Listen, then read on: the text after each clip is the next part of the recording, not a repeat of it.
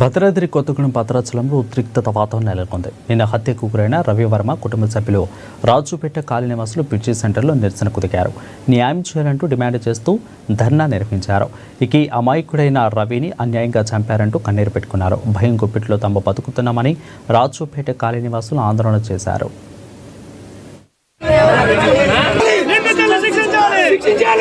నా పేరు వెంకట అండి. భద్రాచలం మాది.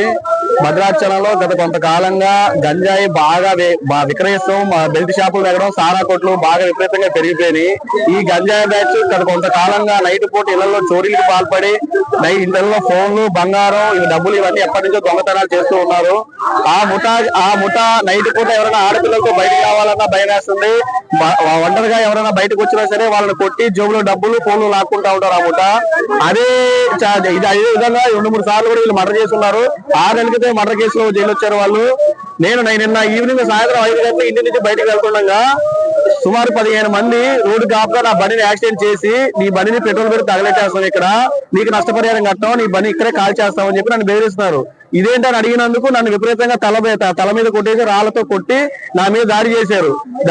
ఇదేంటని వచ్చిన పక్కన ఆపడానికి వచ్చిన సజ్జా రవి అనే వ్యక్తిని ఈ కత్తులతో అతి క్రూరంగా విపరీతంగా ఈ స్కూల్ డ్రైవర్లతో వాళ్ళ జేబులు ఎప్పటి నుంచో మాలనాయుధాలు ఉంటాయి, బ్లేడ్లు, కత్తులు, చాకులు తీసుకొని వచ్చి ఆయన్ని పొడి చేశారు. నన్ను ఎప్పుడైతే తల మీద కొట్టారో నన్ను హాస్పిటల్కి లాక్కెళ్ళిపోయారు.